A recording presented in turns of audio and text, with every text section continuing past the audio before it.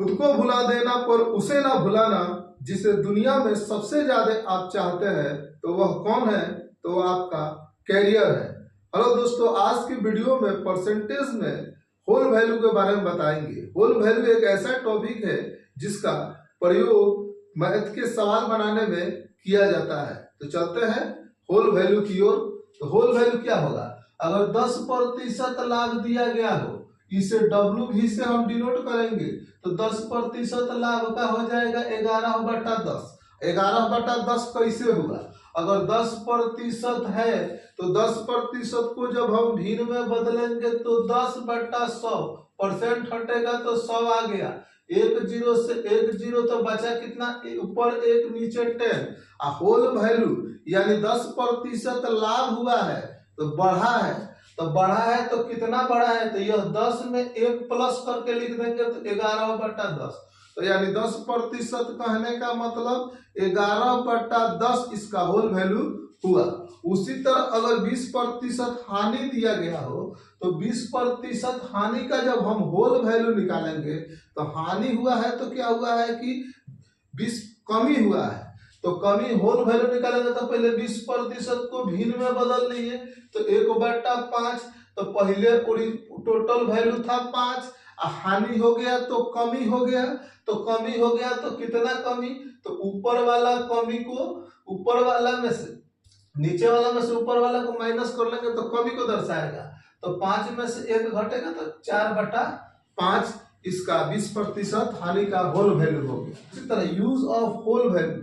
Use of whole value, whole value का प्रयोग हम कहाँ करते हैं? तो कह रहा है कि सेलिंग प्राइस दिया गया, भले यहाँ पर कॉस्ट प्राइस दिया गया हो, क्रय मूल्य दिया गया हो, और क्रय मूल्य से अगर हमें विक्रय मूल्य यानी बेचने वाला मूल्य निकालना हो तो होल वैल्यू का जब सीधा हम गुना कर देते हैं तो विक्रय मूल्य मिल जाता है। यानी क्रय मूल्य से हमें कॉस्ट प्राइस से अगर सेलिंग प्राइस निकालना हो तो होल वैल्यू का सीधा गुना करेंगे तो सेलिंग प्राइस निकलता है। उसमें लाभ हो या हानि हो, बीच में 10% लाभ हो या हानि हो, लेकिन जब कॉस्ट प्राइस में होल वैल्यू का सीधा गुना करेंगे तो सेलिंग प्राइस मिलेगा। उसी तरह सेलिंग प्राइस दिया गया हो, उसमें होल वैल्यू का उल्टा गुना कर देते हैं तो कॉस्ट प्राइस मिलेगा। इसमें भी अगर लाभ हुआ है या हानि हुआ हो, दोनों का उल्टा गुना कीजिए, यहाँ पे कॉस्ट प्राइस मिलता है। जनरली यूज किया जाता है जब शुरू से हमें अंतिम निकालना हो। जब शुरू से अंतिम निकालना हो तो होल वैल्यू का सीधा गुना कर देते हैं।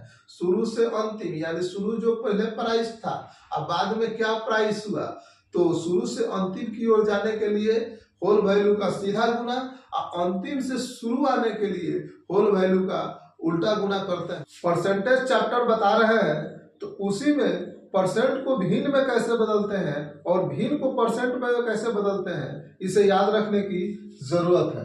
अगर 12.5% दिया गया हो तो इसका भिन्न में मान हो जाएगा 1/8, और जहां 1/8 लिखा गया हो अगर उसे हम परसेंट में बदलेंगे तो 12.5% लिखते हैं।